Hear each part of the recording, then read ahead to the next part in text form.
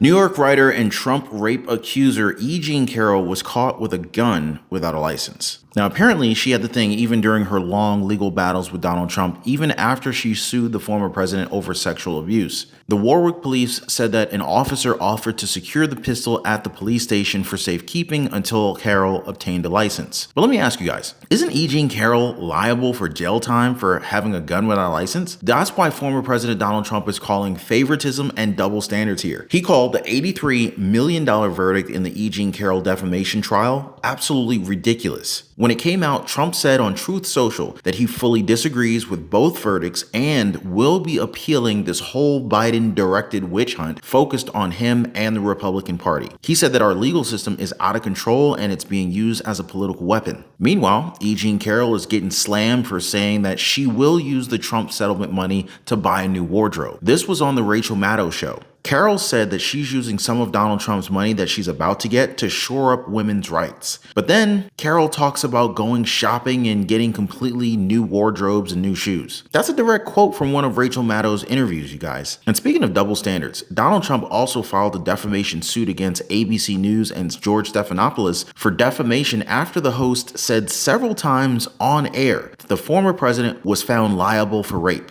Stephanopoulos also used the term liable for rape 10 times during the interview, but a federal jury in New York decided that Donald Trump was not liable for rape in the 2023 civil trial of advice columnist E. Jean Carroll versus Donald Trump. Fox News contributor Leo Terrell predicts ABC News and Stephanopoulos will have to write a very big check to Donald Trump. I mean, why not, right? Defamation should go both ways. And then for our last piece, the hush money case in New York where Stormy Daniels, along with Manhattan District Attorney Alvin Bragg and Judge Juan Merchan, is trying to take down former President Donald Trump. Actual legal experts are having a tough time even coming up with a little bit of interest about the case. They say that Donald Trump may not be convicted of a felony in this case, and if he is, there's a reasonable chance of an eventual reversal on appeal. Besides, the charges are so minor that they don't even expect that they will actually shake up the presidential race. They may actually make the situation worse for Donald Trump's opponent, President Joe Biden, as it just confirms that the White House sponsored conspiracy theory against Republican nominee is true. Now, we got a lot to talk about in this one, guys, so definitely take a seat, get comfy. Let's go ahead and dive right in. So first, there's E. Jean Carroll, New York writer and Trump rape accuser, right? So we found out that she's been hiding a gun without a license and had to turn it over to the police. But more disturbingly is how E. Jean Carroll has apparently been keeping this gun during her long legal battles with Donald Trump after she sued him over sexual abuse. They had to find out from a police report that NBC News actually dug up, believe it or not. Now, apparently, police in Warwick, New York took possession of the firearm after discussing the matter with E. Jean Carroll. Now, Carroll said that she had always had a gun, but had not kept it loaded until after she accused the former U.S. president of raping her in the 1990s and entered civil litigation with Donald Trump. After that, she loaded the revolver and put it next to her while she slept, out of what she called security fears. Now, just to catch everybody up, in May of last year, after a very rocky civil trial, a jury in Manhattan, New York, tried Donald Trump regarding sexually abusing E. Jean Carroll in a New York department store changing room 27 years prior, and ultimately awarded her with $5 million in compensatory and punitive damages. The jury cleared him of rape, but the verdict meant that for the first time, a former U.S. president became legally branded as a sexual predator. Less than a year later, another jury, sitting in a separate defamation case stemming from Donald Trump calling Carroll a liar after she had accused him of sexually assaulting her, awarded her with more than $83 million. Donald Trump still denies any wrongdoing and ever knowing Carroll and has criticized her about it ever since she publicly made the allegations in 2019 in a book. But what we're really talking about here is how E. Jean Carroll kept a loaded gun in her home by her bedside without a proper license. Now, according to the police report, the Warwick chief of police went to Carroll's home in February to discuss some open issues, including that in January, Carroll had disclosed in federal court during the defamation trial that she had an unlicensed firearm. She had told the court that she kept a high standard revolver, 9 chambers at home with ammunition by her bed. The Warwick police report said that an officer offered to secure the pistol at the police station for safekeeping until Carroll obtained a license. Now, I know people who did 8 solid years in prison in New York for an unregistered gun. Why is she not in jail? This makes people wonder how, if she were wearing a red MAGA hat, they would have probably put her in prison prison by now. Or maybe they would fine Carroll for possession of an unlicensed firearm, about $85 million.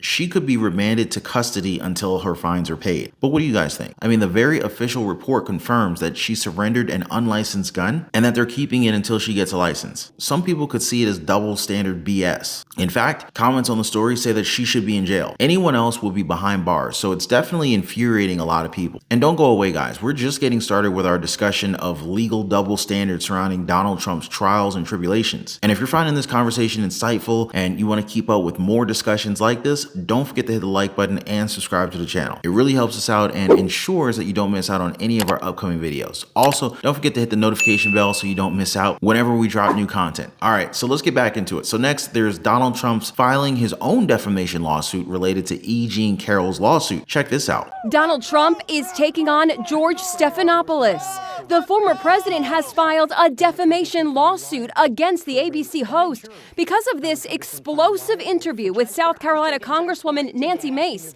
on his Sunday morning show. You're shaming me for my political choices. I'm asking you a question about why you endorse someone who's been found liable for rape. Mace, who was raped when she was 16, pushed back when Stephanopoulos insisted that Trump had been found liable for rape in the E. Jean Carroll civil case. This was a civil judgment over sexual abuse, not rape, by the way. Trump was watching, and now he's suing Stephanopoulos. In a complaint filed Monday, his attorney wrote, "The jury expressly found that Trump did not commit rape. Stephanopoulos falsely stated otherwise." Now, just to be clear about this, Stephanopoulos used the term liable for rape 10 times during the interview, but a federal jury in New York decided that Donald Trump was not liable for rape in the 2023 civil trial of advice columnist E. Jean Carroll versus Donald Trump. As Fox News contributor Leo Terrell put it, ABC News and George Stephanopoulos cannot find a single criminal verdict for Donald Trump for rape. Now again, there's not a single legal document on earth that finds Donald Trump liable for rape. So he predicts ABC News and George Stephanopoulos will have to write a pretty big check to Donald Trump. Terrell called it, in his professional legal opinion, a slam dunk case for defamation against ABC News and George Stephanopoulos. He even noted how the other left-wing networks are now very, very careful not to use the phrase liable for rape. He says it probably means that their corporate attorneys advise them not to do so. Plus, ABC News and Stephanopoulos cannot claim ignorance, as they all had money and resources to research the validity of the rape claim prior to the Mace interview. Instead, the whole purpose of George Stephanopoulos' statement was to intentionally harm and hurt President Donald Trump's chances for the presidency, or at least that's what the allegations are. So the lawsuit claims Stephanopoulos' statements were false and were made with actual malice or with a reckless disregard for the truth, given that defendant Stephanopoulos knows these statements are patently and demonstrably false. They also said Donald Trump's representatives contacted ABC seeking a retraction following the interview, but the Disney-owned news outlet failed to apologize or correct the record. Representative Nancy Mace, who was in the interview with Stephanopoulos, stood by Trump and called for Republicans to stop appearing on the Disney-owned network until Stephanopoulos is held accountable. She said that Bob Iger needs to get control of ABC News and that actions like this are the reason why Americans lost trust in the press. Now we're going to see how this Trump defamation lawsuit plays out. In the headlines these days is the New York hush money trial against Donald Trump. To put it simply, people want the hush money case to be the big case that can take down Donald Trump because it may be the only one that goes to trial before the election, but they may be sorely disappointed. There's a very good chance Trump won't be convicted of a felony, and even if he is, the conviction could be overturned on appeal. Plus, the charges seem to be too minor to really impact the presidential race. In fact, they might even complicate things further. So here's the gist. So Trump is accused of falsifying business records by channeling corporate funds through his former lawyer Michael Cohen to pay off adult film star Stormy Daniels. This was supposedly to keep her quiet about their alleged encounter. These charges are likely just a misdemeanor, especially for a first-time offender like Donald Trump, which means jail time is unlikely unless there's more to the case. But New York Attorney General Alvin Bragg is pushing for felony conviction, arguing that Donald Trump used the falsified records to hide other crimes possibly related to election or tax laws. Trump's opponents might want to frame this as a major election interference interference to sway voters. But a lot of people are probably going to see through that and find the case less than compelling. The tax charges could potentially strengthen the case for a felony, but that's also up for debate. The whole felony angle hinges on Donald Trump's intent, whether he falsified records, specifically to conceal crimes or perhaps to keep things from his wife. Now, it is possible all the jurors could be convinced of his illicit intentions, but even if one juror doesn't, it means a hung jury and no conviction. I mean, there was that John Edwards case, which also involved hiding an affair and resulted in an acquittal and a hung jury on several charges. A hung jury, acquittal, or minor conviction, it's just going to prove the witch hunt set up against Donald Trump. Not to mention, even if it does get convicted, Trump will have solid ground for an appeal. Given the blurry lines around whether hush money payments should be considered legitimate campaign expenses